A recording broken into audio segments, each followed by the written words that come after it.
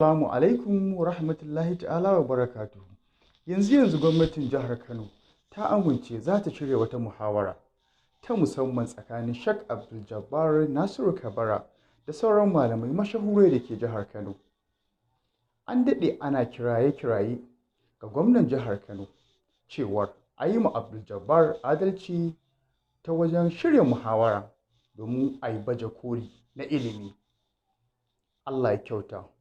Gwamnatin za ta sanar da ranar da za a tabbatar da wannan muhawara tsakanin Abdul Jabbar wanda aka rushe masa masallacinsa aka hana shi wa'azi a garin Kano mai tarihi.